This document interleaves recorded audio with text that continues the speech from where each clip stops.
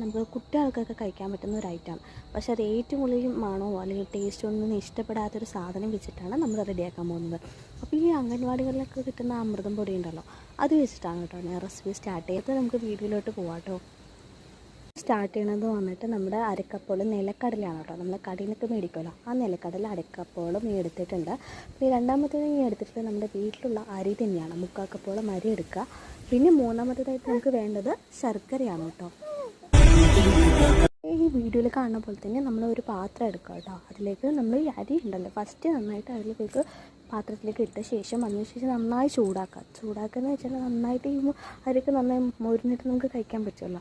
ആ രീതിയിൽ ഇതേപോലെ തന്നെ നന്നായി ബ്രൗൺ കളർ ആകുന്ന പോലെ തന്നെ ചൂടാക്കി എടുക്കുക കേട്ടോ. അത് തന്നെയാണ് ഞാനിപ്പോൾ വീണ്ടും നിലക്കടല ചെറുതായിട്ടൊന്ന് ചൂടാക്കുന്നുണ്ട് കേട്ടോ. അപ്പോൾ അതും കൂടി ചൂടായ ശേഷം ആ വരുത്ത അരിന്ന് വന്നിട്ട് ആ പാത്രത്തിലേക്ക് മാറ്റുകയാണ് കേട്ടോ. മിക്സിയുടെ ജാറിലേക്ക് ഞാൻ നിലക്കടല ചെറുതായി ജാറിലേക്ക് ഒന്ന് ഇട്ട് കൊടുക്കുന്നുണ്ട് കേട്ടോ.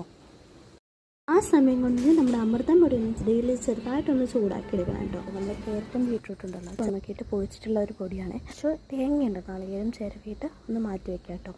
ജസ്റ്റ് അതിനൊന്ന് പൊടിച്ചെടുക്കണ്ട, അത് ജസ്റ്റ് തരി പോലെ ആയിട്ടുള്ള രീതിക്ക് വേണം കേട്ടോ പൊടിച്ചെടുക്കാൻ.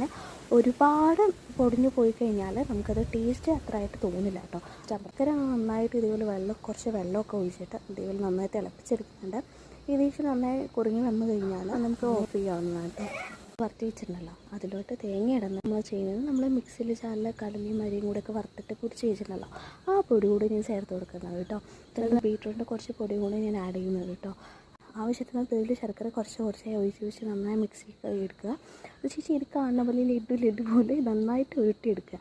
എടുത്തിട്ട് ഇതിവരെ മക്കൾക്ക് കൊടുത്ത് നോക്കും, അടിപൊളിയായിട്ട് ടേസ്റ്റായിട്ട് അവർക്ക് ഇഷ്ടപ്പെടും കേട്ടോ. ഉണ്ടാക്കിയിട്ട് കൊടുത്തു കഴിഞ്ഞാൽ മക്കൾ ചോദിച്ച് വാങ്ങി കഴിക്കും കേട്ടോ. കാരണം ട്രൈ ചെയ്ത് നോക്കുക, എന്നിട്ട് എങ്ങനെയാണ് ട്രൈ ചെയ്തിട്ട് അതിൻ്റെ റിസൾട്ട് എന്താണെന്നുള്ളത് എനിക്ക് അയക്കാം കേട്ടോ. ഓക്കെ, അടുത്ത വീട്ടിൽ കാണാം. എല്ലാവരും സപ്പോർട്ട് ചെയ്യാം കേട്ടോ. Okay, by.